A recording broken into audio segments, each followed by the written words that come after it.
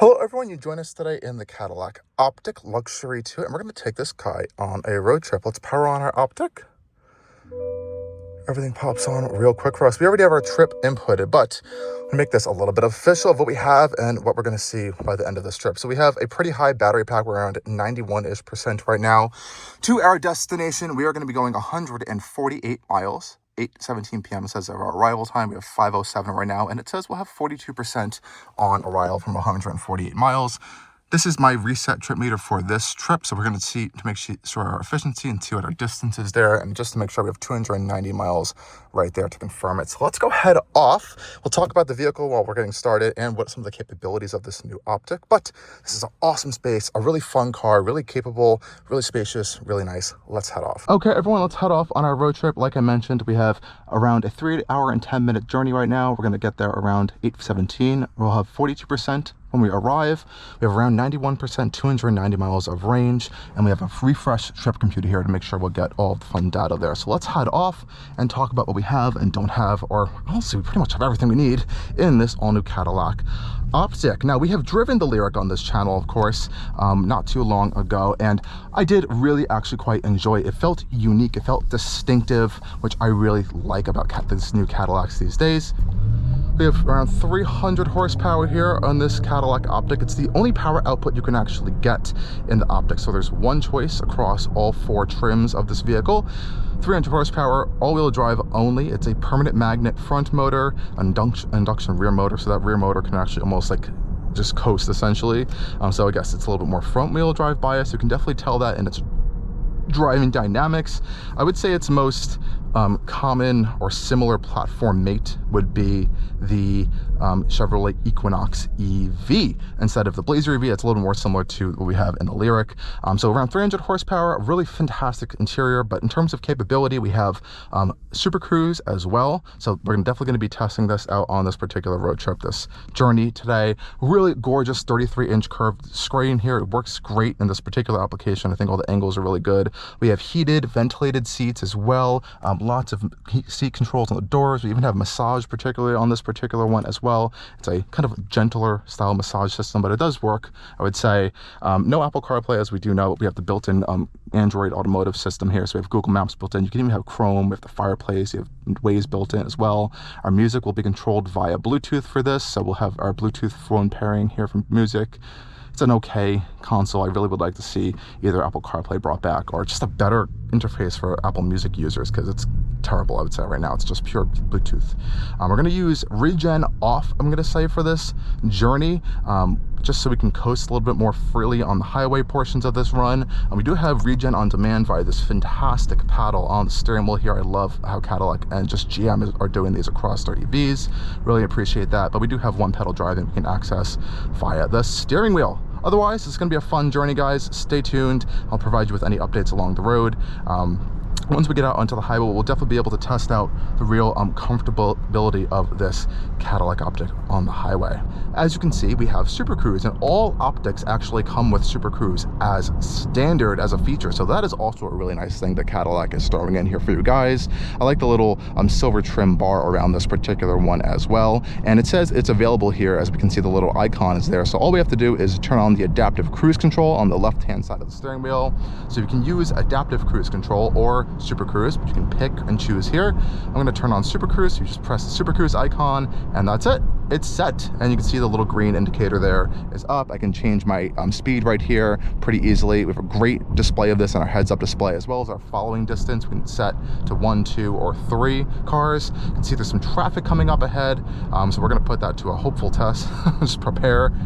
Okay, I've used Supercruise many times, so I do feel very comfortable with it. So I'm not particularly scared in these situations. We do have automatic lane change turned on as well. So if it detects there's a quicker lane available for us, it will go into that lane and hopefully bring us back. Sometimes it does like to left lane hog a little bit, sometimes I've noticed. And we also have a great screen here. So the assist screen, so we'll see nice big Supercruise logo very prominently displayed there. We haven't really made it too far on this journey, so I guess I can't really give you a good trip updates. We've gone 7 miles, 3.4 miles per kilowatt hour. I have actually found this car to be quite efficient in the day-to-day just city mixed driving. We're going to see how it does on a highway driving. Hopefully I will have the opportunity to open this up to, you know, good 65, 70 mile per hour highway tests. I know that's pretty around the standard of what people try to do with these EVs, other outlets as well. But we have 27 minutes of what appears to be stopped traffic almost. So I guess this is where the EV part will come into play as well. Not really sitting here idling. We're just, you know, regenning and moving up just a little bit. So we'll see how that does here.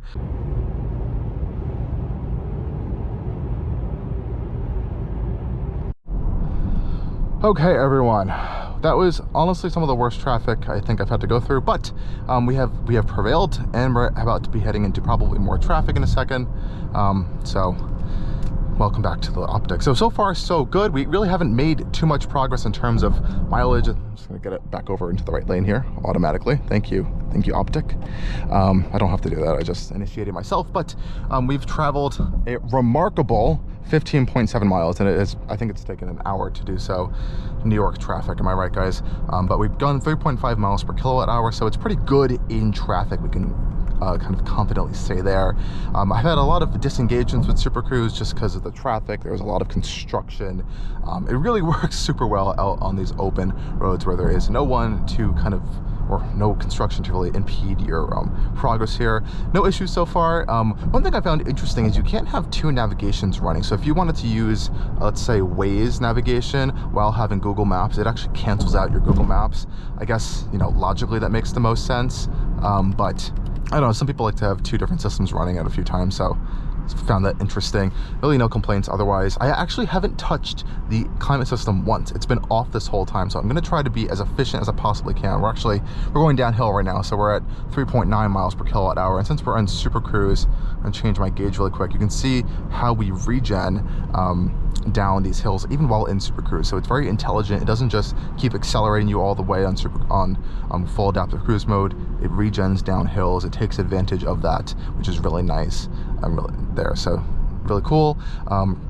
When you use the mapping system as well, it will kind of give you suggestions if you want to use a specific route that has more Supercruise capability. It'll tell you how much time it estimates you can actually use Supercruise on it, which is pretty cool as well. But I'm going to disengage it here personally because it's going to get a little bit complicated. We'll update you guys along the way.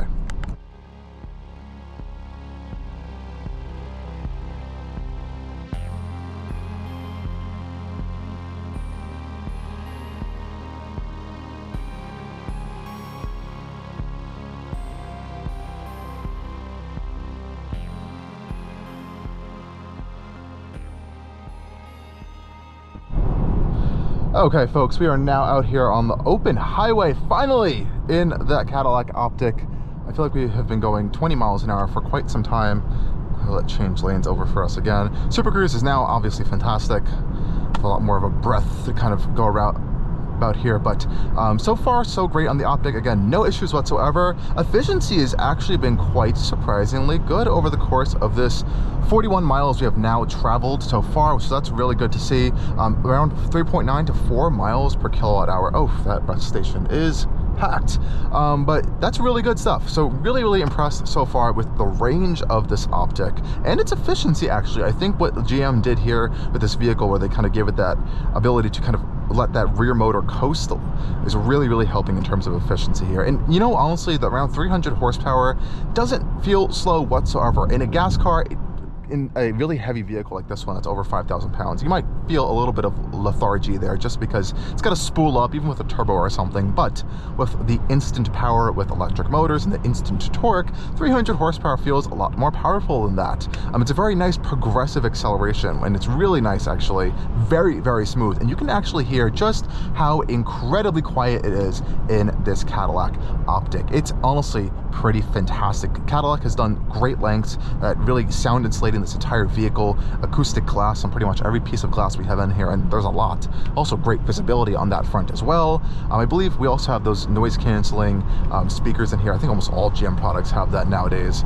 But yeah, really great stuff in the Optiq. This is a fantastic road trip vehicle. Now we're probably not gonna have to charge on this leg. I'm gonna have to say the next leg we're probably gonna have to end up charging, but It only can do around 150 kilowatt DC fast charging. I think Cadillac says we can get around like almost 100 miles in like 10-15 minutes, so not too bad, but you know, not one of the quicker charging EVs, especially amongst its competitors. If you look at something like a GB60 from Genesis or even a GB70 EV, I think those can charge a lot faster, but it could be a little bit more expensive, and you're actually going to get less overall range. And this is where this thing really comes in here, a total range and comfort monster. And honestly, I think it may have one of the best interiors in the class, if not one of my favorite new interiors in the luxury automotive space right now. The Germans should need to take note from this interior. It has incredible switchgear, which sounds, feels worth the price. Can't say that about some of these new cars these days. Everything is nice. It looks like metal. It's recycled wood, like I mentioned earlier. I'm happy on this car so far, and it's a great road tripper. I'll keep you guys updated in the next maybe 15-20 miles or so, if not a little bit longer if we don't hit some traffic. It's doing an automatic lane change for us now. I'm just gonna double check to make sure we're safe there. No hands, guys, and it changed lanes. Got a little Supercruise. Okay, everyone, I want to give you guys a little bit of an update on our journey so far in the Cadillac Optiq. We have now traveled 86 miles, and I would say these past 20, maybe 30 miles or so have actually been on open highway, so we've been able to actually test out how the Lyriq actually does at traditional American highway speeds and interstate speeds here. So we can definitely have noticed so far that our efficiency has dropped just a little bit. We are now seeing 3.4 miles per kilowatt hour. Interestingly though, our estimated battery percentage at arrival has gone up by I think 2%. It keeps fluctuating between 2 and 3%, which is interesting. I think it's predicting either some more traffic coming up, or either some situations where it's going to be some stop and go traffic, which I did see up on the map ahead, so I guess I could expect that. But otherwise, you know, still has been fantastic. Loving the AKG audio system in the vehicle. Supercruise has been working great, still working great, and you can see the sun's now setting. So I think I'm going to update you guys again once we get to where it's dark out, so we can kind of see the awesome ambient lighting in this vehicle and see how that works with our Cadillac controller. Over here you can kind of see it's starting to illuminate itself right then and there. So that is pretty cool. We can lower down our speed. I just actually realized on this, you can actually press really hard and it'll go by 5s on your speed for your Supercruise, which is really cool. Auto lane change works still fantastic on the open highways as well. So again, no issues there. But anyways, I'll update you guys on our next stop.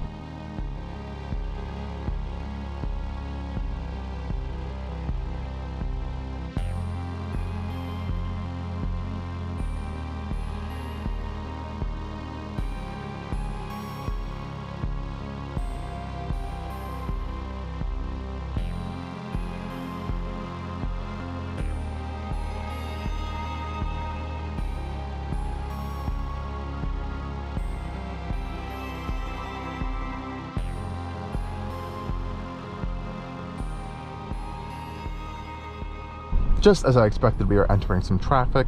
Quick update, 101 miles. We traveled 3.3 miles per kilowatt hour so far. With our efficiency, we have 185 miles of range left and 45 miles to go, 43% still. But let's talk about the ambient lighting in here, because it's actually quite slick. On top of the great materials in this interior, Cadillac has done a great job at ambient lighting. I think it's really good in here. It's not excessive, but I think it's just a good amount. You can see down on the door here, over here, through this material, it's kind of holes punched out and almost like that cool Cadillac checkered pattern. Same thing up here on the dash over here is really nice, under this little cubby over there, on our footwell, and on the doors in the back as well. So lots of really nice ambient lighting in here, and we can change really easily. Even our little Cadillac control wheel here is lit up. So all we have to do is scroll over to our ambient light settings. You can touch it, of course, as well. You can do different modes. You can link it to your drive mode, or just change one of the styles. You can adjust the brightness levels as well pretty easily. And there's so many styles to choose from. There's even custom styles. We can layer the 2 different colors as well. So I can go here. I guess you can't do it while you're driving. It's a good safety feature, I guess. But you can do blue, for example. You can see how everything's going to instantly change blue. So that's pretty cool. Otherwise, you know, great stuff in the Optiq. Still, I just wanted to show you guys what it looks like in here at night, because everything illuminates really well. All the door cards illuminate well. Same thing with all the lighting on the steering wheel, looks really nice. Well, everyone, we are almost at our destination. We have got off the highway finally. We have traveled 145.6 miles, 3.5 miles per kilowatt hour as well. So pretty good, actually. It's not too bad. And we have around 4.6 miles left, and now it says 44%. So that has now officially gone up by like 3 or 4% from our original estimation there. So that's really impressive, I have to say. So good job, Cadillac, on that front.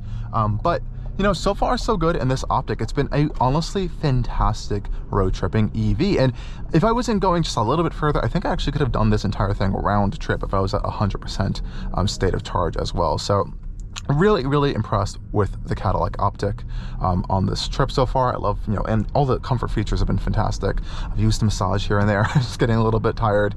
The only thing I would say I wish in here was a little bit better thigh support, and just, come on guys, just give us back Apple CarPlay. I know you can probably even do it over a software update, but GM just is not allowing that on their newer EVs these days. I believe some of the earlier Lyriqs still have Apple CarPlay, but I think it's the only General Motors Group EV that has that feature left.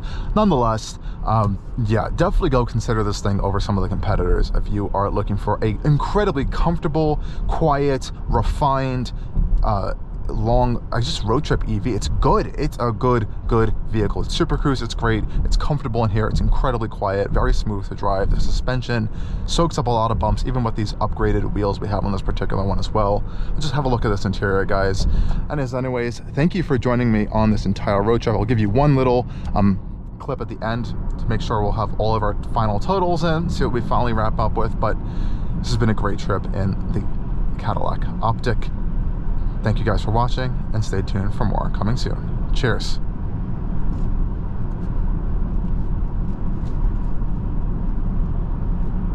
Hello everyone, welcome back to the Cadillac Optiq, and after our stay here, it is time for round 2 of this trip.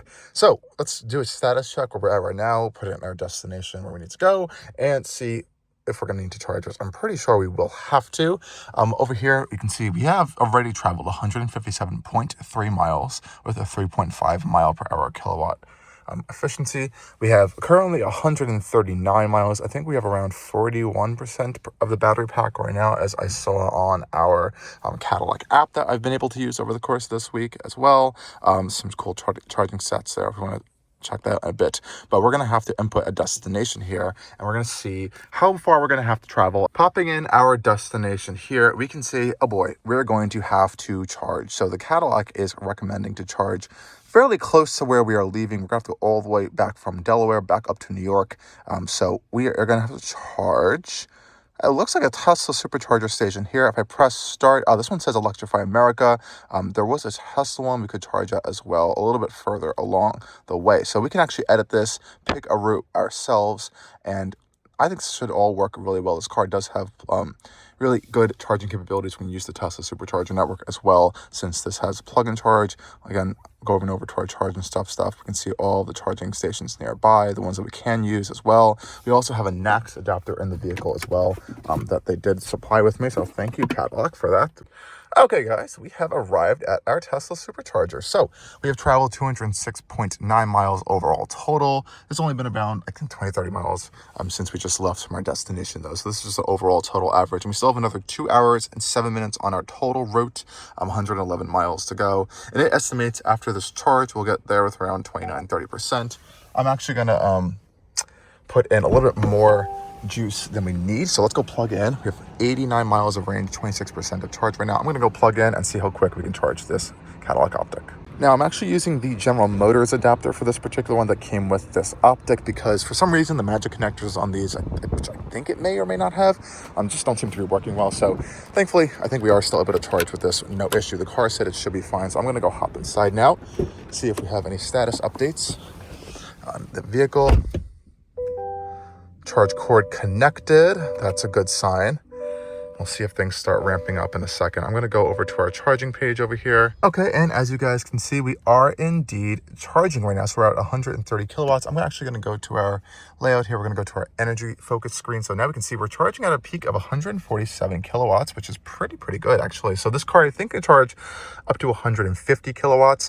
I currently have, let's see what I have our charge target set to. Actually, I'm not too, okay, on the top tab here, we can see we have interesting stuff here. I don't know why GM still does this. So it's like 502 miles per hour range increase rate. It says 55 minutes to get to 90%. We are 100% not charging to 90%. I'm going to say we should charge to 60%.